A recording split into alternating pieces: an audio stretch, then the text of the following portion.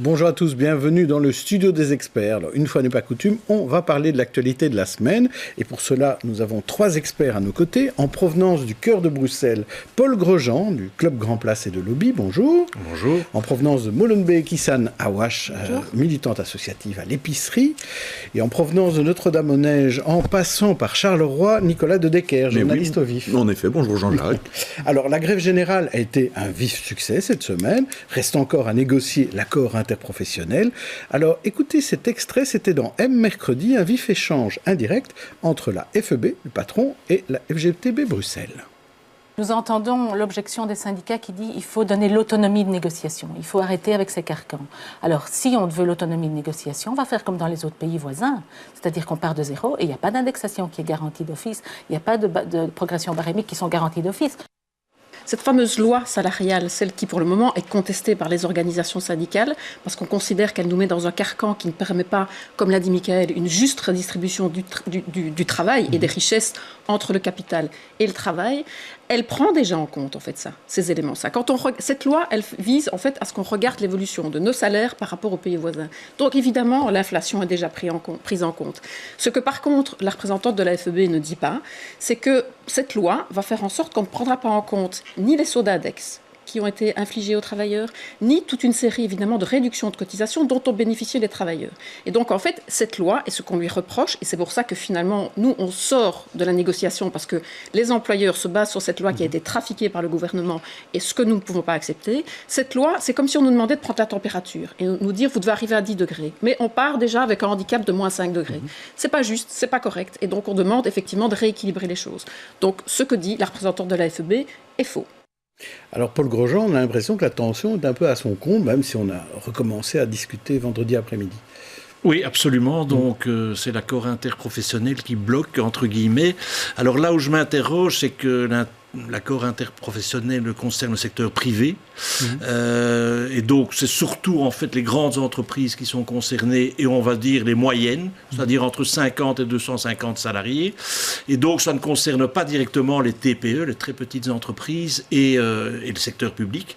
Or, qu'est-ce que je constate, c'est que cette grève, le secteur public était en partie en grève. Donc, je suis un peu étonné, parce qu'ils ne sont pas concernés directement par le problème. Et idem, ceux qui sont souvent lésés dans ce genre de situation, ce sont les petites entreprises et les commerçants. Et voilà. Et donc c'est, à mon avis, la grève a été très efficace, je suis tout à fait d'accord, mais est-ce qu'elle était adaptée au problème posé? C'est ça la question, quoi. Issa Nawash. Mais moi, quand je vois un peu tous ces mouvements qui se passent aujourd'hui, je me demande si on n'est pas finalement en train de remettre en question complètement notre mode de vie. Quand je vois qu'aujourd'hui, par exemple, les débats climatiques étaient uniquement liés à une certaine élite. Maintenant, les jeunes, c'est la propriété. Il y a les enjeux sociétaux également qui sont liés. Et on voit qu'aussi, il y a eu des discussions entre les syndicats et les jeunes qui ont essayé d'aller chercher justement cette solidarité et de voir ce qui est possible de faire ensemble. On voit aussi même des gilets jaunes avec des syndicats discuter à certains endroits. Exactement. Et c'est à se demander finalement, est-ce que la classe politique va arrêter un peu, quelquefois, avec un paternalisme condescendant et descendre un peu et écouter également les revendications à la fois des syndicats mais également des jeunes qui sont pas assez liés. Et c'est ça qui est intéressant, c'est de voir un peu comment ça va se passer maintenant et de voir que les revendications sont assez liées, donc le social et l'écologie, et de voir comment ça va se passer. Nicolas de Decker. Mais pour poursuivre sur ce que dit Issane, on assiste à un moment où on se dit que peut-être va enfin survenir ce qu'on appelle la convergence des luttes, on parlait beaucoup en France, parce qu'en effet, on a l'impression que ça tire un peu dans tous les sens. Sauf qu'ici, je trouve que ça tire très correctement, parce que ces dernières années, on a beaucoup reproché aux syndicats de ne pas porter des revendications claires, d'avoir un message flou, de ne pas être lisible, etc. Ici, on ne peut plus leur faire ce reproche-là, parce que, très clairement, on l'a vu dans l'extrait Kessel-Keulemans, la grève se fait pour une question technique, précise. La révision de cette loi, d'abord le cadre de l'accord interprofessionnel, et puis la révision de la loi de 96 sur la compétitivité. Et donc là, on a des syndicats qui, en front commun, décident sur un sujet précis de se mobiliser, je pense que c'est une belle réponse, enfin c'est une réponse en tout cas recevable aux reproches qu'on leur a fait depuis ces dernières années, quand on leur a dit mais vous êtes en grève, vous manifestez pourquoi? Pour qui? Qu'est-ce que vous voulez? Au début de la législature, c'était souvent le reproche qui leur était fait. Et l'autre élément aussi qui me fait dire que c'est une espèce peut-être de convergence des luttes, c'est qu'elle a été formidablement bien suivie en Flandre, cette grève. Hein, et ça, c'est assez rare pour être souligné. Paul Grosjean? Mais je crois que la concurrence a joué dans le bon sens du terme, puisqu'il y a eu ce mouvement des gilets jaunes, il y a eu les jeunes pour l'environnement, etc., pour la planète. Ça oblige les syndicats à se réinventer, et dans le bon sens du terme. Donc, effectivement, ils sont plus clairs maintenant, plus efficaces, peut-être parce qu'il y a ce contexte que j'appelle concurrentiel. C'est peut-être choquant comme terminologie, mais c'est un peu ça, en fait. Eh bien, on va accueillir nos deux invités politiques, deux ministres, pour voir ce qu'ils en pensent. Il négociera en 2014 à la hauteur de la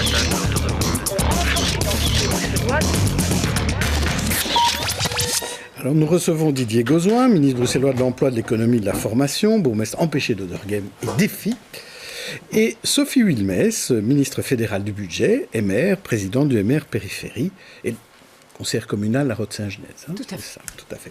Alors, on va d'abord demander à la ministre fédérale qu'est-ce que le gouvernement fédéral doit répondre à ces syndicats qui ont manifesté, à cet accord interprofessionnel qui était sous tension, où on recommence quand même un petit peu à se parler.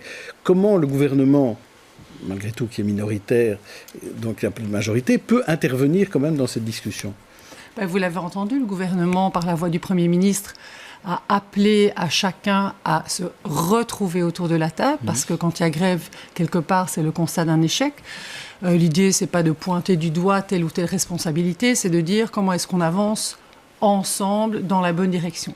Puisqu'on sait que l'accord interprofessionnel, c'est non seulement la négociation de la marge salariale, mais dans la réflexion rentre aussi en compte l'enveloppe bien-être, qui est la redistribution d'un montant assez conséquent pour les plus bas revenus. Et vous, Didier Gauzoin, quand vous voyez ça depuis la région, est-ce que vous voyez que les entreprises bruxelloises ont plus de difficultés avec ces problématiques de marge salariale limitée?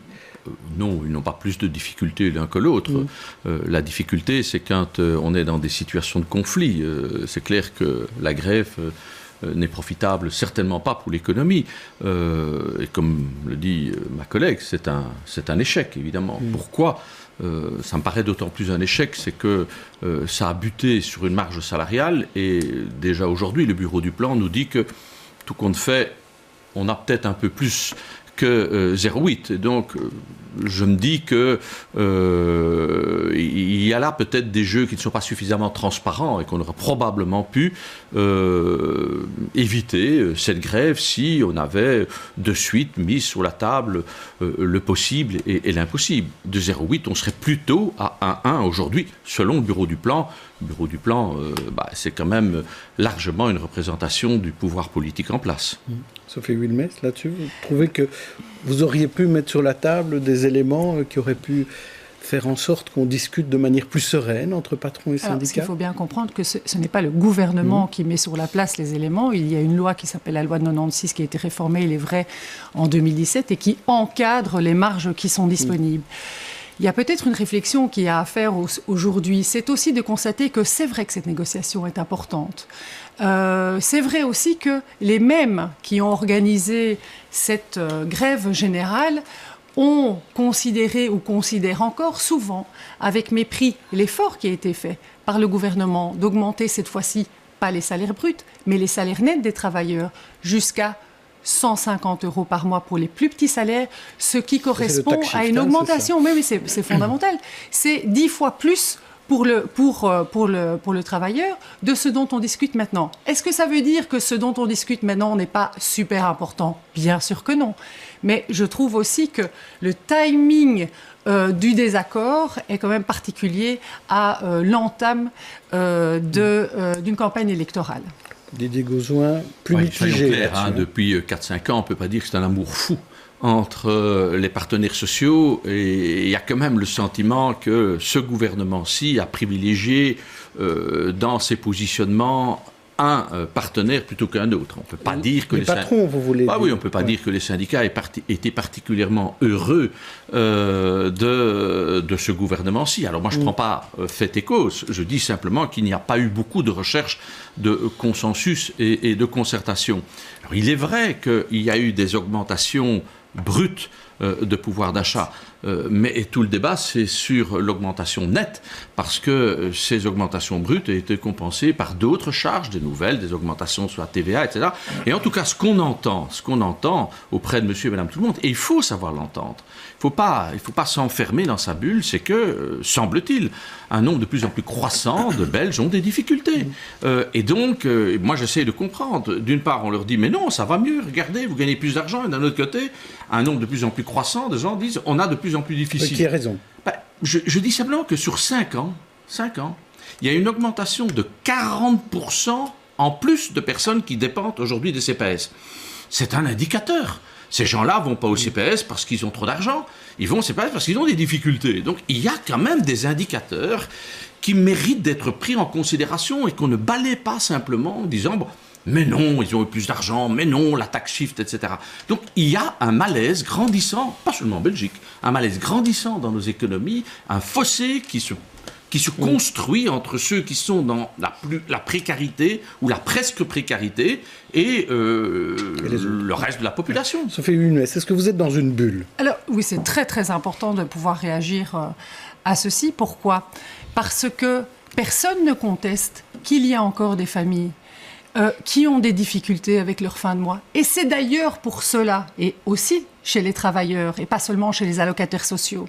Et c'est d'ailleurs pour cette raison que nous avons travaillé, non pas sur le salaire brut, pardonnez-moi, mais justement sur le salaire net des travailleurs. Mais c'est aussi la raison pour laquelle... Inventer un nouveau concept, c'est le brut du net. Alors, et je termine. On a travaillé sur le salaire net, 150 € en plus par mois pour les plus petits salaires. On a aussi travaillé sur les augmentations des allocataires sociaux de manière bien plus importante que ce qui avait été fait sous le gouvernement précédent. On a aussi travaillé sur l'augmentation des revenus des pensionnés. Mais est-ce que cela est suffisant pour les gens qui ont le plus de difficultés? On constate que ce n'est pas le cas. Et nous ne prétendons pas que c'est le cas. C'est d'ailleurs pour ça qu'on dit il faut que l'on continue dans cette voie-là, il faut que l'on continue à travailler sur le pouvoir d'achat avec une incise et une emphase importante sur les plus petits salaires. C'est ce que nous avons fait. Et la seule différence dans votre discours, c'est que vous dites bien sûr qu'il y a encore des gens. Le problème, c'est que ce encore est limitatif. Je vais rajouter, il y a encore et de plus en plus de gens qui sont dans une situation qui frôle la précarité. Ça, c'est un signal inquiétant. Issa Nawash. Je voudrais juste donner un exemple de terrain un peu pour démontrer justement ce problème de pouvoir d'achat. Parce qu'on parle beaucoup de concepts, de personnes, de populations, entre les allocataires sociaux et puis les travailleurs qui ont du mal, etc. Un exemple concret. On lance une campagne de crowdfunding, les gens viennent pour soutenir, ok? Donc ils vont venir et par exemple ils disent écoutez, c'est la fin du mois, il me reste 10 €, 15 €. On leur dit non mais donne 40, c'est déductible fiscalement et puis ensuite tu pourras récupérer 45% de tes impôts l'an prochain, etc. Et ils me disent mais j'ai pas 40 €. Et se dire à la fin du mois que quelquefois on est dans un delta où il reste 10, 15 €, où ils ont envie de donner pour une bonne cause ou quelque chose en lequel ils croient, c'est difficile. Et c'est vrai que quelquefois, on a du mal à réaliser que c'est le cas de personnes qui ne sont pas des fainéants, qui sont des personnes qui se lèvent pour travailler, qui sont des jeunes qui vont étudier. Et c'est juste pour donner vraiment une réalité qu'il y a, où quelquefois 20 €, 30 €, ça fait toute la différence. Je voudrais quand même vous montrer une attaque que la FGTB a faite en début de semaine. C'était de dire que peut-être on aidait trop les patrons, que les véritables assistés sociaux de la société en Belgique, c'était les patrons et pas les allocataires. Comment vous réagissez à cela, Sophie Wilmès, quand Robert Vertenoy a dit cela? Déjà, je constate qu'une chose, c'est que quand on est à la table des négociations, quand on souhaite être à la table des négociations, on n'a pas ce type de discours provoquant vis-à-vis des gens avec qui on est censé négocier, si l'on veut arriver au bout de la négociation. C'était de la provoque avant pendant la grève. Oui, c'est intéressant, mais je ne suis pas sûre que ce soit très utile. Sur le fond, maintenant, est-ce que dans une économie, et s'agissant aussi de toute la question de la compétitivité des entreprises, s'agissant du fait que nous sommes en Belgique, petite économie ouverte, très influencée par ce qui se passe à l'extérieur, avec des capitaux qui sont mobiles, des investisseurs qui sont mobiles, est-ce que nous devons aider nos entreprises à être compétitives par rapport au marché extérieur? La réponse est oui. Pourquoi? Parce que quand vous aidez ce type d'entreprise, qu'est-ce qu'elle fait l'entreprise? Eh bien, elle engage des gens. Et quand elle engage des gens, elle crée du travail, elle crée du revenu pour ces personnes. Elle crée la liberté de travailler, la liberté de se développer. Et ça, c'est encore des choses dans lesquelles on croit. Et c'est d'ailleurs toute la raison d'être du tax shift, excusez-moi de revenir là-dessus. Vous y revenez pour la troisième fois. Mais tout à fait, parce que c'est fondamental. C'est 9,5 milliards de réformes, dont une partie dans la compétitivité. Pourquoi? Pour créer de l'emploi, 230 000 emplois créés, ça n'est pas rien, et ce n'est pas 230 000 emplois vacants, ce sont 230 000 postes occupés, d'une part, et une augmentation substantielle du pouvoir d'achat. Et à nouveau, est-ce que ça veut dire que tout le monde vit dans le meilleur des mondes? Certainement pas, il faut continuer le travail. On a bien compris. Et Didier Gauzois, vous, par rapport à cette attaque contre les patrons qui seraient des assistés? Je pense que ça montre bien le malaise belge, ces espèces de clichés que posent l'un et l'autre. Et je retrouve les mêmes clichés du côté gouvernemental, en disant, voilà, on a créé 230 000 emplois. Il faut être beaucoup plus nuancé que cela. On a créé énormément d'emplois précaires. Aujourd'hui, le bureau du Plan l'a dit, 1 emploi sur 2 est précaire. Et quand vous allez plus loin, parce que j'ai fait une étude sur Bruxelles, on a effectivement créé aussi des emplois à Bruxelles, dans le cadre, pas seulement Bruxelles, mais la conjoncture économique.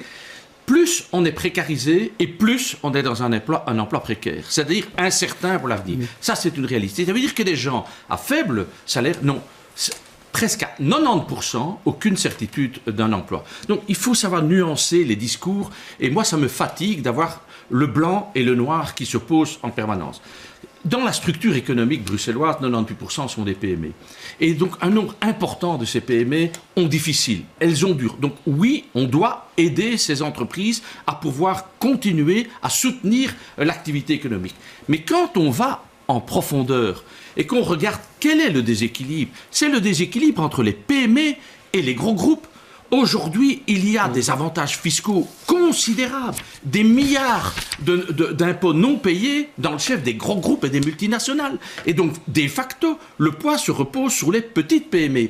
Osons dire cela. Osons nous attaquer à cela. On le voit aujourd'hui d'ailleurs avec la position de la Belgique qui a eu une interprétation plutôt favorable aux multinationales. Ça représente quand même 1 milliard d'impôts. On le voit bien que là, on a des attitudes. Il y a aujourd'hui des grands groupes multinationaux qui travaillent à Bruxelles, qui soit ne payent pas d'impôts ou payent des impôts minimum. Et donc, l'entreprise, c'est un tout. Les petites entreprises sont celles, évidemment, captives, c'est sur elles donc celles-là, il faut les aider. Okay. Mais bien, c'est celles qu'il faut s'aider parce que c'est elles qui font l'essentiel de l'effort. Ce ne sont pas les grands groupes. Et là, il faut bien reconnaître que nous sommes en manque d'imagination et d'initiative. Sophie Wilmec, là-dessus. Moi, j'aime beaucoup le discours de M. Gauzois en disant que les choses ne sont ni blanches ni noires et un petit peu plus subtiles. Par exemple, quand on parle de ce que vous avez conclu comme étant la précarité des nouveaux emplois créés, il faut bien comprendre une réalité objective, c'est que la période d'essai a été retirée sous le précédent gouvernement. Et que dès lors, les entreprises ont tendance à d'abord engager des gens dans des contrats à durée déterminée pour après les mettre dans des durées à contrat indéterminés, ce qui évidemment va fausser ça veut dire qu'on crée 2 emplois alors? Non, c'est l'un et puis l'autre. L'idée, c'est de ne pas rester dans un système de contrat à durée déterminée. Mais pourquoi est-ce que les chiffres ont augmenté par rapport à avant? C'est parce qu'on a changé de process. Et qu'en général, au niveau économique, quand la partie des contrats à durée déterminée augmente, c'est un signe de relance économique parce qu'on sait que les contrats à durée indéterminée continueront. En ce qui concerne les PME, je partage parfaitement le point de vue de M. Gauzois. Les PME, c'est vraiment la colonne vertébrale de notre économie. Et c'est d'ailleurs pour ça que dans la réforme que nous avons proposée de l'impôt des sociétés, ce sont les petites et moyennes entreprises qui étaient le principalement ciblées. Et c'est d'ailleurs pour ça que quand nous avons décidé de diminuer les cotisations sociales, on s'est attaqué immédiatement aux petites entreprises qui se créent. Pourquoi ? En disant, eh bien, si vous engagez votre premier travailleur, qui est un obstacle terrible quand on veut lancer son entreprise, vous ne payerez pas de cotisation. Et vous payerez encore moins de cotisation sur le 2e, le 3e, jusqu'au 6e emploi. C'est bien ça qu'il faut en faire sur plus, lequel et surtout peut-être demander plus aux grandes entreprises. Je partage l'analyse sur la clause d'essai. Attendez, je veux juste avoir une réponse de Sophie Wilmès. Vous étiez à ce gouvernement qui l'avait supprimé, cette clause d'essai. Sophie Wilmès, est-ce qu'il faut faire davantage contribuer les grandes entreprises ? Moi, je suis convaincue que tout acteur économique, tout acteur qui participe à la vie d'une société, qui est installé dans notre tout acteur doit évidemment contribuer. Comme les autres, ça c'est une évidence. Nicolas de Decker, pour conclure. Un des éléments révélateur et intéressant de ce dialogue de sourds, somme toute, où chacun est un peu... Sur le début, en tout cas, vous avez convergé sur la fin, je l'admets. Un dialogue, en tout cas. C'est qu'on a l'impression qu'on parle de choses différentes, en fait, et c'est aussi lié ça concerne aussi la manifestation et les grèves de cette semaine. C'est pas faire injure au gouvernement Michel que de lui attribuer le titre d'avoir travaillé beaucoup sur les salaires. Mais qui perçoit un salaire ? Ce sont les personnes qui ont de l'emploi. Le mal-être social, cette impression de déprime généralisée, des gens qui ont du mal à boucler leur fin de mois, ce ne sont pas tous des travailleurs. Il y en a évidemment, il y a des travailleurs qui ont du mal, certes, mais il y a aussi surtout beaucoup d'allocataires. Et ce n'est pas faire injure au gouvernement Michel non plus que de signaler qu'il ne sait pas sentir représenter des populations d'allocataires sociaux, chômeurs, CPS, pensionnés. Il a beaucoup travaillé sur les travailleurs. Je vous propose de passer à la deuxième partie de la discussion qui est un peu plus sur les nouvelles conditions de travail. On aura certainement l'occasion de reparler de tout cela. On a vu que le télétravail est une solution, évidemment, quand il y a des grèves générales. On a vu que ça s'est utilisé dans pas mal d'endroits. Et aussi, on parle beaucoup ces derniers temps, et c'est vous, Didier Gauzoin, qui avez remis ça à l'ordre du jour, c'est travailler 4 jours pour le même salaire que 5. Et donc, l'idée de ce test à Bruxelles Propreté est de vouloir aller plus loin dans cette réduction du temps de travail. D'abord, quand est-ce qu'on va voir cette réduction du temps de travail dont vous parlez tant ? Donc, encore une fois, la gauche va dire réduction obligatoire du temps de travail linéaire pour tous. La droite va dire « touchez pas à ça », ça a toujours été dans l'histoire ce positionnement. Moi, j'ai autre chose. Mon constat n'est pas la réduction du temps de travail. Mon constat est qu'il y a aujourd'hui 350 000 Belges qui sont au chômage sans qualification. Il y a, et la Goria nous dit, on va détruire près de 200 à 250 000 postes non qualifiés dans les 10 ans qui viennent. Et il faudra de la qualification supplémentaire. Qu'est-ce que l'on va faire de tous ceux qui sont aujourd'hui dans des situations de non-qualification ? Alors, il y a ceux qui disent il n'y a qu'à les former. Il n'y a qu'à les former, c'est un peu simple et c'est un peu facile. Il n'y a qu'à réformer l'enseignement pour que l'enseignement ne déverse pas chaque année un flot important. 24,5% des jeunes qui sortent de l'enseignement obligatoire à Bruxelles sont sans qualification. 24,5%. Et donc, il y a un gap qui se fait aujourd'hui. Il faut bien sûr travailler sur l'enseignement, il faut bien sûr travailler sur la formation, mais ça ne suffira pas. Donc, ma proposition, c'est de dire, on doit, en tout cas, pendant ces 10 ans de mutation importante, on doit trouver le moyen d'offrir un job aux travailleurs faiblement qualifiés. Et ma proposition, c'est de faire uniquement dans les entreprises de faible qualification, par exemple les titres-services, le 4/5e, le 5e jour n'étant pas un jour consacré à la pêche, mais un jour à la formation, Bien sûr, ça aura un coût, à mon avis, nettement moindre que le coût créé par le tax shift. C'est pas moi qui l'ai dit, mais la KUL, un emploi créé par le tax shift coûte 130 000 €. Ça coûtera beaucoup moins. Le tax shift, c'est pour le pouvoir d'achat des gens qui travaillent. Oui, mais on vous dit aussi que ça a créé énormément d'emplois. Et donc, quand vous comptez le nombre d'emplois grâce au tax shift, c'est pas moi qui le fais, c'est l'étude de la KUL.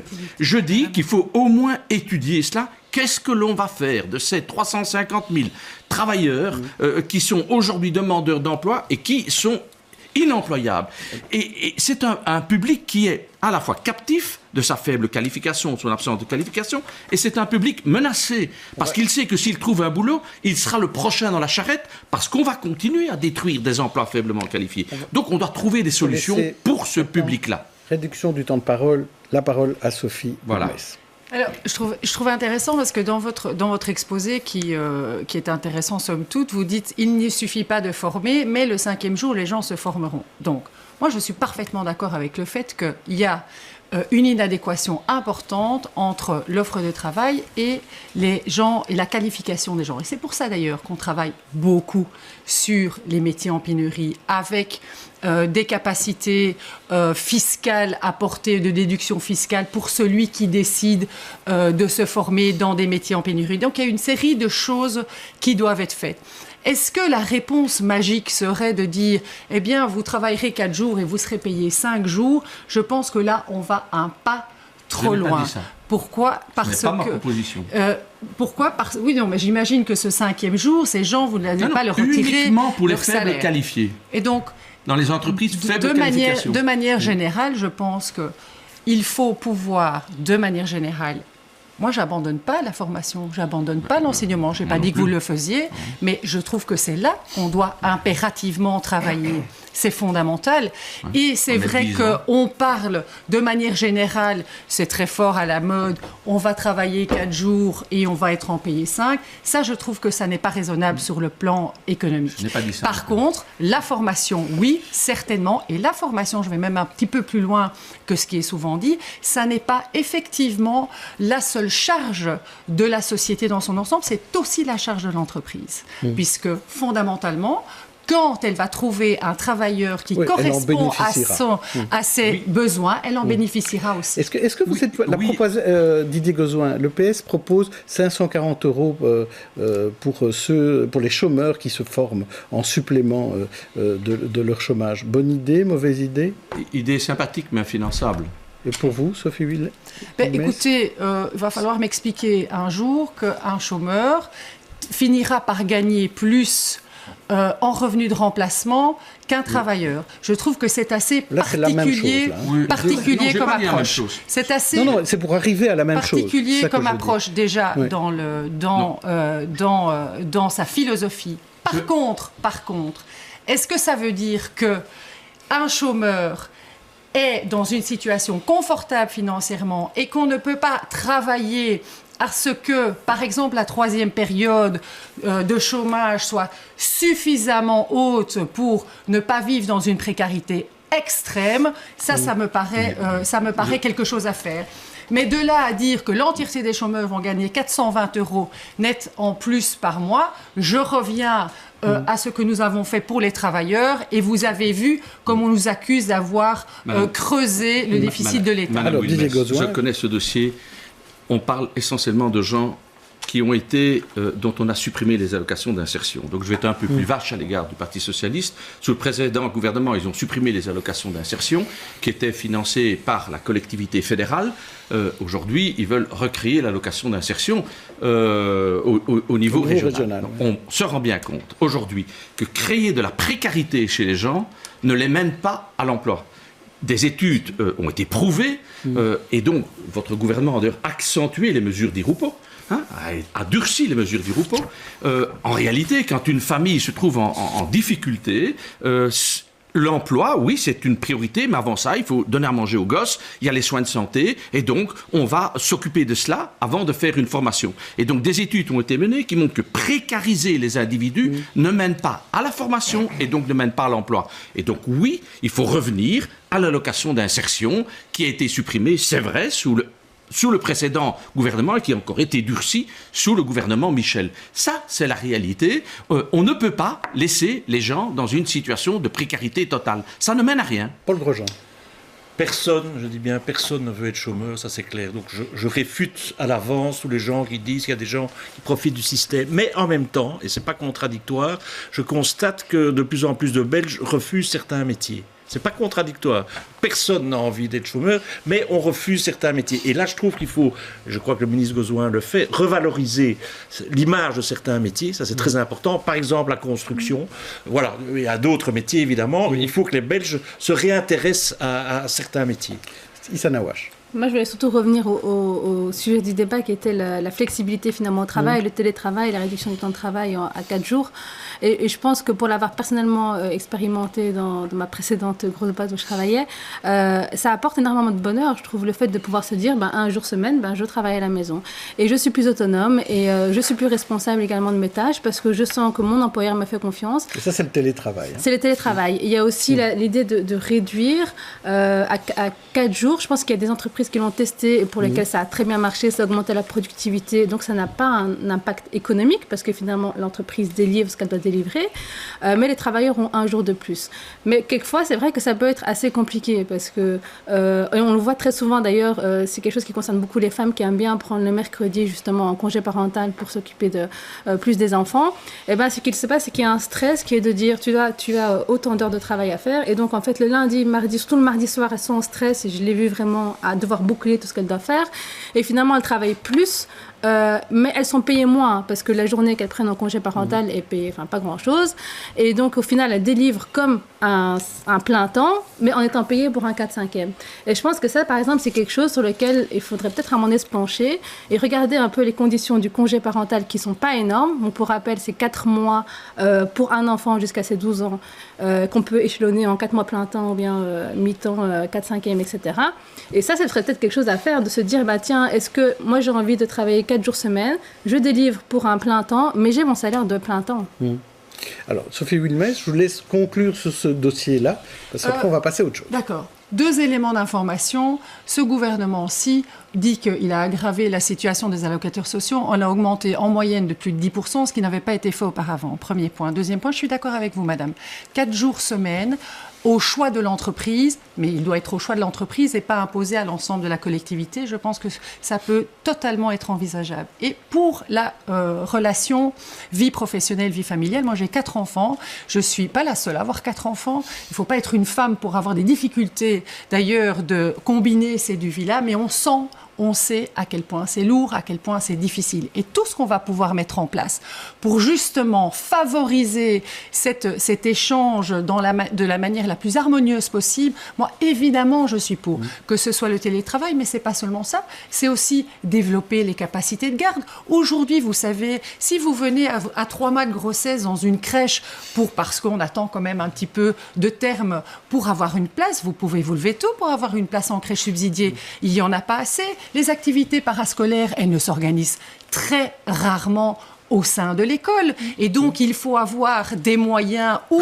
avoir fait le choix de ne pas travailler ou de moins travailler pour pouvoir offrir ça à ses enfants. Une très grande famille aussi. Oui, mais donc, c'est vraiment un problème. Et je trouve que la conciliation vie privée, aussi le développement personnel, ça c'est la vie privée, vie familiale en tant que papa ou que maman, et vie professionnelle, je pense que ça c'est aussi un des grands enjeux des prochaines années. Alors on va passer maintenant à nos têtes d'affiche. Je vous propose à tous les deux une galerie de portraits de personnalités qui ont fait l'actualité de la semaine. À vous d'en choisir un ou une qui vous inspire. Et on commence par vous, Didier Gozouin, avec l'excellent dessinateur Tony Ungerer qui est décédé le week-end dernier, ou Corentin de Sales qui théorise l'écologie bleue, ou alors le prince Laurent qui a révélé vouloir aller vivre en Libye, ou Eddy Merckx qui échappe à des poursuites pour corruption grâce à la prescription des faits. Alors de qui voulez-vous parler? De Tony, de Corentin, de Laurent ou d'Eddy?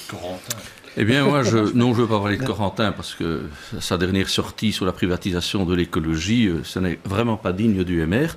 Laurent, le prince Laurent. Oui. Parce que, voilà, moi j'ai beaucoup connu, étant ministre de l'Environnement, il m'a souvent accompagné dans des missions.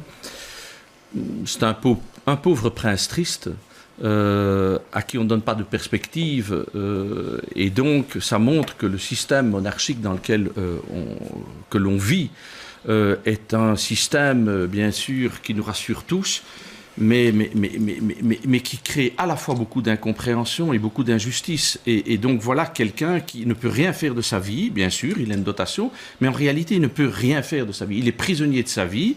Alors je ne prends pas fait et cause dans le débat, parce que je ne le connais pas sur les fonds libyens, même si d'apparence, ça me paraît un peu bizarroïde ce qui s'est passé avec ces fonds libyens, mais ça, c'est de la responsabilité des ministres qui ont instrumenté. Et donc voilà, je trouve que c'est un personnage un peu shakespearien, triste, un peu sans illusion, un peu à l'image d'une société qui cherche lui-même sa voie. Et il en est peut-être un peu l'expression d'un malaise plus général. J'en ai 4 autres pour vous, Sophie Wilmès. Après les octaves, les mias, les décibels, Angèle, la chanteuse, qui était 2 fois primée aux victoires, Jeff Bezos, le patron d'Amazon, qui publie lui-même des photos compromettantes pour éviter le chantage, Luc Hénard, qui ne sera plus le chef de corps des magistrats bruxellois, ou encore El Chapo, le narcotrafiquant, qui risque une très longue peine au Mexique. Alors, qui choisissez-vous ? Alors, nous avons Angèle, Jeff, Luc ou El Chapo. Alors, je vais choisir Angèle parce que c'est d'abord une activité plus réjouissante que les autres que vous me proposez. Oui. Et puis, c'est une grande artiste.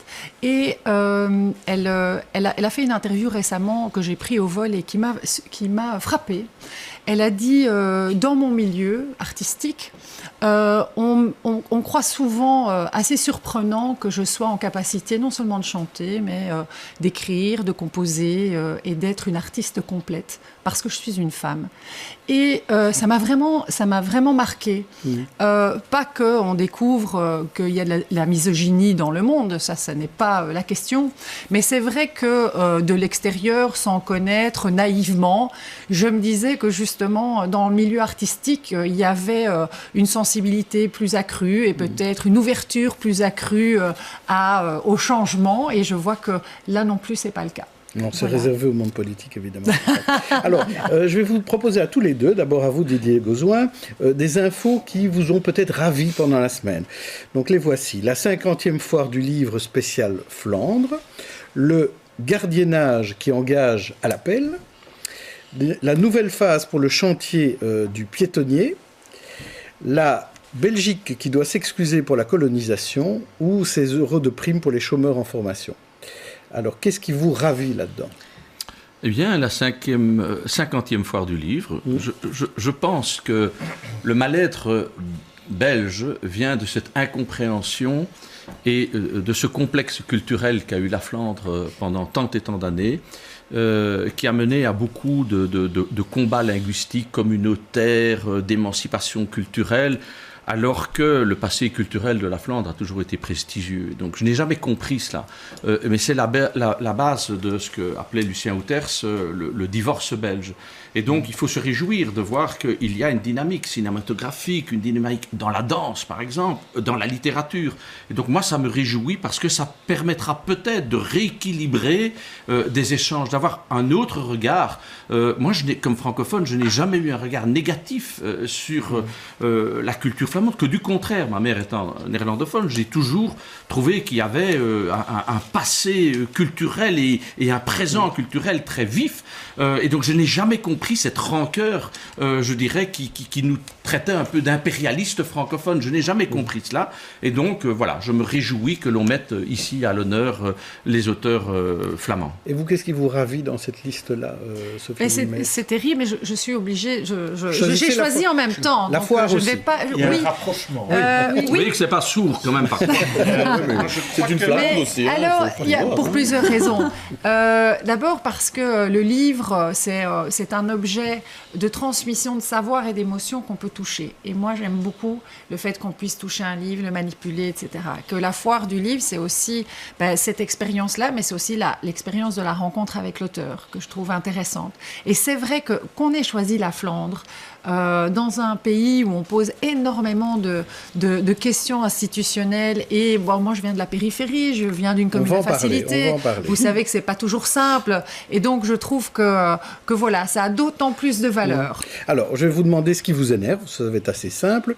Alors, il y a décret inscription acte 12, il y a la manif des gilets jaunes acte 6, la Ligue du LOL, les harceleurs du web, le harcèlement dramatique à l'école Don Bosco, ou le radar du Lambermont qui est en panne depuis 10 ans. Sophie Wilmès, qu'est-ce qui vous énerve là-dedans ? Alors, il y a des choses qui m'attristent et puis Oui, il y a des choses vous en choisissez une. Voilà. qui m'énervent. Donc, toute la question du harcèlement, qu'il soit scolaire ou sur les réseaux sociaux, parce qu'en fait, ce sont les mêmes schémas qui peuvent exister. Hein. On prend quelqu'un pour cible, on ne le lâche pas et on y va. On tape dessus et en général, on est plusieurs. Et souvent, c'est anonyme. Avec une particularité dans le cas de LOL, c'est que ce sont les femmes qui en sont victimes avec des approches qui sont... je ne vais même pas les décrire tellement elles sont lamentables. Et pour vous, il faut donner son nom sur les réseaux sociaux. Vous demandez que les comptes ne soient plus anonymisés ? Moi, je préférerais. Je préférerais parce que quand on est en capacité à ce point-là de s'organiser pour détruire, je pense qu'il faut pouvoir être responsable de ses actions, de ses paroles. Les mots, ça n'est pas rien. Tout le monde a l'air d'accord, la Joyeuse Sanawash, oui. Oui, Paul parce Cogent que aussi. c'est... Nicolas de Decker, Oui. pas tellement. Nous, on a même fait une pièce de théâtre, le harcèlement sur les réseaux sociaux, tous les échanges qui peuvent se faire, qui s'appellent On troque pas nous. Et c'est les jeunes qui sont venus avec ce sujet en disant on aimerait bien parler de ça. Et c'est vrai qu'il y a des groupes, en tout cas sur les réseaux sociaux, où à la base, c'est pour ça qu'on avait appelé la pièce On troque pas nous, c'est un groupe troc-échange, et puis en fait, c'est des discussions du style mon mec m'a largué, qu'est-ce que je dois faire ? Et c'est vrai qu'il y a cette question du harcèlement, et c'est beaucoup lié à l'anonymat, je pense aussi, parce qu'on se permet de dire des choses. En fait, j'ai l'impression que les réseaux sociaux, c'est comme au volant, c'est-à-dire quand on est dans sa voiture, on a l'impression d'être dans une bulle, et on se remarque qu'il y a beaucoup d'agressivité, en fait, quand on est en voiture. Puis dès que les gens descendent, eh ben, c'est bon, ils sont calmés. Et c'est là pareil avec le web, en fait. Ils sont là derrière leur écran, tout ça, il n'y a pas leur nom. Et puis, dès que c'est en face, on est un peu plus gentil. Nicolas de Moi, je Decker, suis vous plus les réticent nuancez. parce que d'abord, je pense que l'anonymat, c'est aussi une protection. C'est aussi un droit dont on peut se prévaloir. Il m'est parfois arrivé, utilement, d'employer l'anonymat pour faire progresser des toi. causes. Mais jamais pour harceler. Pas pour harceler. Moi, je ne harcèle qu'en face à face. Oui. Hein. D'ailleurs, Jean-Jacques, vous en êtes... Oui, tout à fait, j'en suis depuis de victime longues années, régulièrement. mais je ne sais pas m'en lasser. Didier Gauzoin, et vous, Même voir dans cette pleurer. liste, qu'est-ce qui vous énerve dans cette liste Ce qui m'énerve d'énervement depuis 10-12 ans, c'est ce décret inscription. Voilà le genre de mesures que l'on veut prendre avec un bon objectif de mixité. Et en réalité, c'est exactement le contraire qui s'est produit. Mais exactement le contraire. Encore une fois, c'est le rôle... Certains politiques se sont dit, on va régler un problème et on va le régler par la loi. Alors que c'est pas par la loi, c'est par le terrain qu'il fallait le régler. En réalité, c'est vrai qu'il y a des écoles qui sont moins performantes parce qu'elles ont des publics, etc. Plutôt que d'aider ces écoles à surmonter les difficultés parce qu'ils ont des publics difficiles, on a fait des décrets d'inscription en espérant que certains enfants pourraient aller à Saint-Michel ou ailleurs. Et c'est un échec Et total. aujourd'hui, ça va Et mieux mais non, il n'y a aucune mixité, puisque le critère prédominant, c'est la proximité entre l'école primaire et l'école secondaire. Donc, c'est un ratage Est-ce que total. les écoles sont de meilleur niveau, 12 ans après ? Ah, écoutez, je vais vous donner. On a un taux de décrochage de 18,5%. Donc, ça fait 18,5%. On connaît tous de les jeunes chiffres. Hein. Oui, décroche. Et ça, c'est... Le ministre de l'économie. Non, mais ça, c'est mon truc. C'est mon truc. La formation, 18,5 sont en décrochage. Est-ce que c'est acceptable que 24,5%, j'ai dit, de jeunes sortent sans qualification après l'obligation scolaire? Il y a quand même quelque chose qui se passe dans notre enseignement, qui fait que nous ne sommes pas à la hauteur pour rencontrer les défis. Alors sans doute que ce n'est pas mettre en cause les professeurs, mais l'organisation générale n'est pas à la hauteur des défis. Nous sommes dans des publics de plus en plus hétérogènes. Auparavant, dans l'enseignement de Jules Ferry, on avait le même type de public, avec des différences sociales, certes. Aujourd'hui, on a les différences sociales, on a des différences de culture, on a des différences de langue, etc. On a une hétérogénéité du public, et nous n'avons pas un outil d'enseignement qui est adapté pour accompagner celles et ceux qui ont plus de difficultés, parce que leurs parents ne parlent pas la langue d'enseignement, le flamand néerlandais, parce qu'il y a des problèmes sociaux, parce qu'il y a... etc., etc. Nous ne sommes pas... Et donc ce n'est pas par un décret qu'on va résoudre cela, et on le voit, depuis qu'on a mis ce décret en place, on n'a en rien résolu, on a la mixité, que du contraire, et on n'a en rien enrayé le déficit de notre enseignement. Sophie Wilmès, là, vous êtes d'accord? Je suis parfaitement d'accord, et en plus on a ôté la liberté de choix à beaucoup de parents qui vont pouvoir, une école n'est pas une autre, un type d'approche pédagogique n'est pas un autre, et n'est pas une autre, pardon, et donc non, effectivement, ce décret inscription, je pense, ça fait beaucoup plus de tort que de bien. Alors, du côté du gouvernement flamand et de la NVA, on continue à ennuyer la périphérie. La ministre Mans a refusé de nommer 4 bourgmestres de communes à facilité. Reportage Michel Gaillère et Élodie Fourneau. Welcome in Wezenbeek-Oppum, commune périphérique dont le bourgmestre ne sera pas nommé. Qu'en pensent les habitants que nous croisons? Pardon? Ah non, j'étais pas au courant. Ah d'accord, mon Dieu, crime de lèse-majesté. Dans quel pays vivons-nous? J'habite une commune flamande. Moi je fais l'effort de parler flamand, je n'ai pas besoin d'une convocation en français, donc ça c'est mon point de vue. Concrètement, la non-nomination concerne 4 bourgmestres à Drogenbos, Rode-Saint-Genèse, Linkebeek et Wezenbeek-Oppum. Dans ces communes, les convocations pour l'élection communale ont été envoyées directement et en français. La ministre Mans veut que les francophones en fassent d'abord la demande. Ces bourgmestres doivent maintenant apprendre une bonne fois pour toutes qu'ils sont installés en Flandre et qu'ils doivent s'en tenir à la législation. La ministre s'appuie sur une circulaire de 1997. L'un des bourgmestres concernés estime que le Conseil d'État autorise ces envois en français. Nous avons respecté à la lettre 2 arrêts successifs du Conseil d'État concernant l'envoi des documents administratifs. Et donc là, clairement, elle ignore ces 2 arrêts du Conseil d'État. Le bourgmestre se dit surpris. Il affirme avoir appris sa non-nomination par les médias et il fourbit déjà ses armes en menaçant de retourner au Conseil d'État. Elle l'a annoncé à la radio en disant, ben voilà, comme ça, ils sont au courant. Et donc, nous allons recevoir demain, sans doute, un document officiel. Nous allons l'analyser, bien entendu, avec notre avocat. Et puis, selon toute vraisemblance, nous allons introduire un recours au Conseil d'État contre cette décision. 30 jours pour déposer un recours, 90 jours pour que le Conseil d'État se penche dessus. L'affaire, si elle est tranchée, pourrait ne l'être qu'après les élections du mois de mai et donc agiter la campagne. Alors Sophie Wilmès, vous qui êtes flamande de la périphérie d'une commune à facilité, qu'en pensez-vous? C'est par pur électoralisme que Lisbeth Mans a agi? Ce que je pense en tout cas, c'est qu'elle n'agit pas dans le sens de la paix communautaire souhaitée par les concitoyens. Elle nie, mais de manière frontale, non seulement, comme le disait le bourgmestre de Wezenbeek-Oppum, Frédéric Thierry, Frédéric Petit, ça va bien. Mais ils sont plusieurs. Un peu ex-Linkebeek. Non, toujours Linkebeek. Il habite toujours là. Il habite toujours là. Il est toujours frère aussi. Voilà. Donc, elle nie effectivement de manière frontale 2 arrêts du Conseil d'État. Ce faisant aussi, elle lit un dernier arrêt récent, de nouveau en faveur du droit des francophones de la Cour de cassation. Elle va aussi à l'encontre totale du choix des électeurs. Et donc, moi, ce que j'ai envie de dire, c'est qu'aujourd'hui, je pense que autant ce sont des matières pour lesquelles il faut être intraitable et on ira jusqu'au bout pour faire respecter la démocratie. Mais je pense aussi que la population, de manière générale, qu'elle habite dans les communes à facilité en Flandre ou en Wallonie, eh bien, elle attend des politiciens, des politiques, que l'on travaille dans les grands sujets de société. Les grands sujets de société, économique, pouvoir d'achat, environnement, on en a parlé ici. Et pas que l'on perde son temps à enquiquiner les francophones. Non.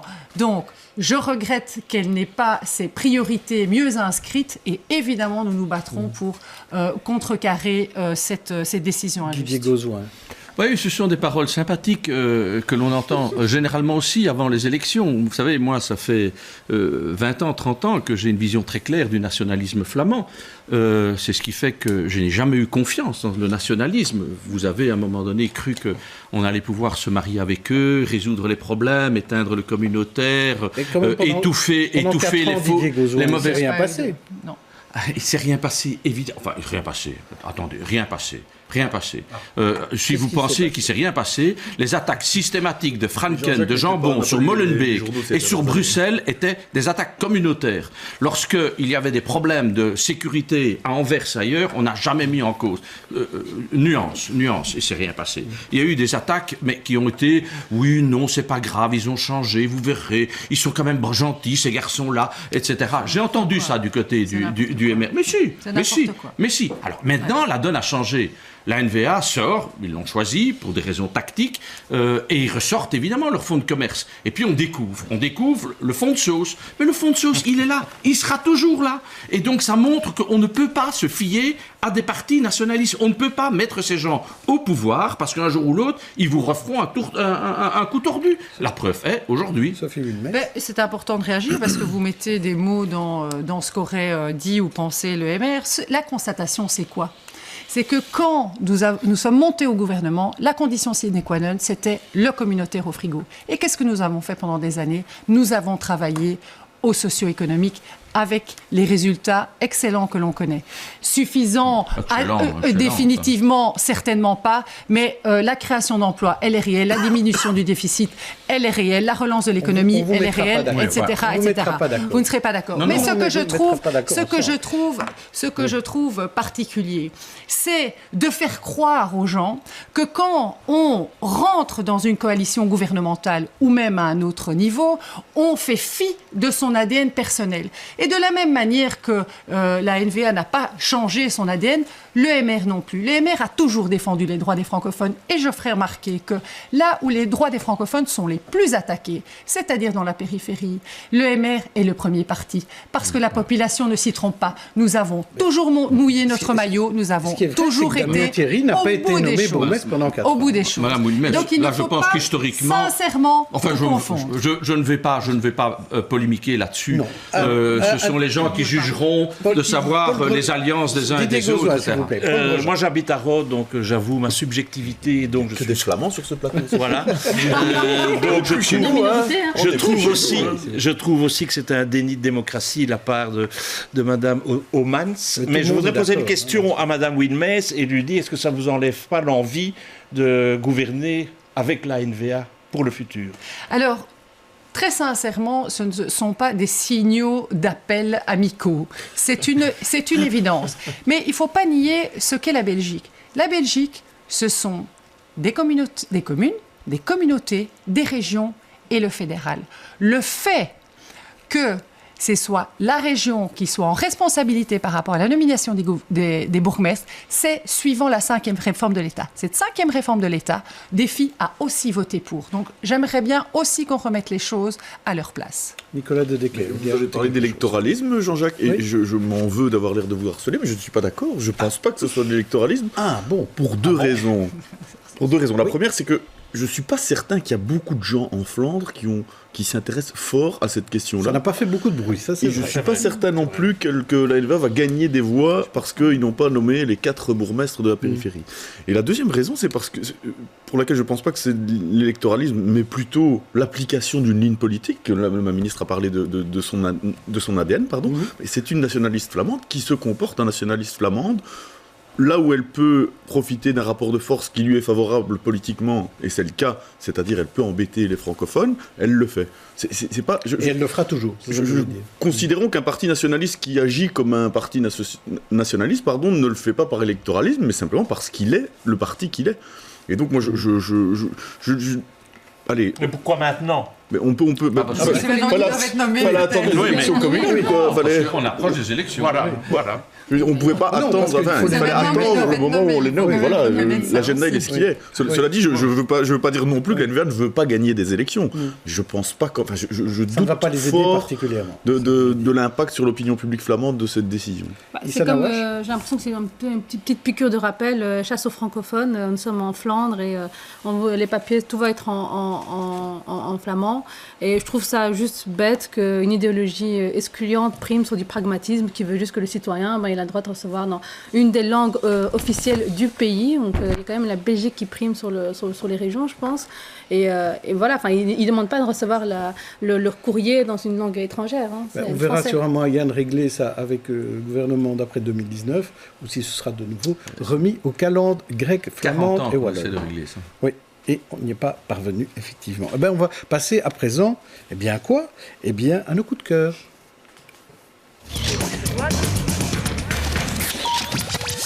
Et on va commencer par vous, Paul Grosjean, puisque vous parlez d'un livre que j'essaye de tenir ici péniblement. C'est pas un livre, c'est une œuvre d'art. En fait, c'est Denis Meyers qui est derrière ce travail incroyable. C'est la foire du livre, donc parlons d'un livre. Pendant 2 ans, il a peint... le bâtiment Solvay à Ixelles qui était en voie de destruction et il a donc créé une œuvre d'art éphémère et c'est quelqu'un qui a un talent fou, qui est reconnu à l'étranger et je voulais simplement mettre en évidence ce livre édité par Métamorphosis qui est vraiment superbe. Oui, effectivement, un gros livre que l'on peut recommander. Et alors, vous, Ihsan Awash, vous voulez nous parler de théâtre-action. Voilà, donc c'est la pièce « Et tu dis quoi, toi ?» Une pièce de théâtre-action. Donc, théâtre-action, c'est-à-dire où le public peut intervenir, arrêter la scène et même monter sur scène pour réagir à ce qui se passe. Et ça part justement de l'enseignement.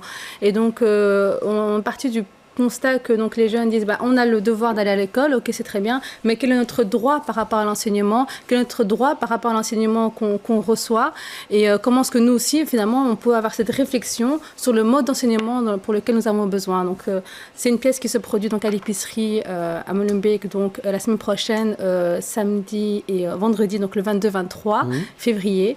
Et donc, j'inviterai les personnes à s'y rendre pour avoir cette réflexion avec les jeunes sur l'enseignement. Et vous, Nicolas de Decker, on va parler d'une revue. Eh bien, c'est la revue politique, sa dernière livraison, qui date de décembre, mais vous savez qu'il me faut un peu de temps pour lire, je suis un peu lent. Je tenais à en parler parce que le numéro est consacré à ce qu'ils appellent les conflits importés et les diasporas. Je pense qu'on est à Bruxelles. Comme vous le savez tous, on aime bien connaître Bruxelles et je pense que pour connaître Bruxelles aujourd'hui, on ne peut pas faire l'économie de savoir ce qui se passe dans la communauté turque, dans la communauté marocaine, chez les Congolais, dans la communauté juive. Et il y a des descriptions qui sont vraiment très minutieuses, très instructives et que, on parle un peu de formation, je pense que ça devrait même être mis au programme dans les écoles pour connaître mieux la population bruxelloise qu'on ne la connaît. Ça fait peut-être partie de l'adaptation dont parlait tout à l'heure Didier Gozouin. Et moi, je voulais vous parler d'un auteur qui est venu vendredi chez nous, Zineb El Razaoui, qui est une athée marocaine-française et qui est très très dure avec les islamistes et qui a énormément de difficultés à s'exprimer parce qu'elle ne peut être que défendue et protégée par plusieurs policiers. Ils étaient 5 ou 6 ici pour la protéger. C'est une ancienne de Charlie Hebdo, donc elle a échappé de peu à l'attentat des frères Kouachi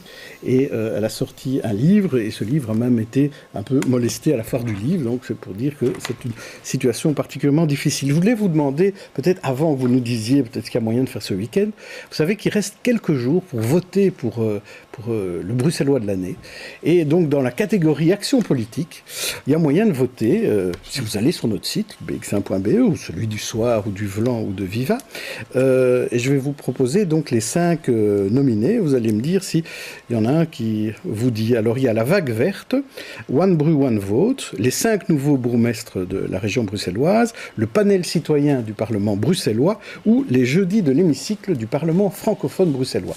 Didier Gozouin, s'il y a un des 5 qui devait gagner, ce serait lequel ? Je ne vais pas plébisciter des politiques et donc je pense que le jeudi de l'hémicycle est intéressant parce que c'est un lieu de rencontre sur des problèmes très concrets du monde politique et de la société civile. Et vous, Sophie Wilmès ? Alors, c'est pas pour la question politique, mais c'est pour la question d'actualité sur la vague verte. Je pense effectivement que toute la question de l'environnement et la question climatique vient au-devant. Moi, j'ai en plus des ados qui ont participé évidemment aux manifestations. Ouais. Ça a fait l'objet de beaucoup de discussions. Donc, ils étaient avec Madame Marguem, alors ils étaient dans le même groupe Mais vous savez quoi ? Mes enfants pensent aussi, et je pense qu'ils font un appel aux politiques politiques en général, peu importe le parti, et ils font un appel à la société, ils font aussi un appel à leurs parents. Et donc, je pense qu'il faut éviter de s'approprier un courant, parce que la planète n'a pas de couleur, et si elle en a une couleur, ce serait peut-être qu'elle était bleue. Mais voilà, c'est ça que vous voulez dire. Merci à tous, on se retrouve la semaine prochaine.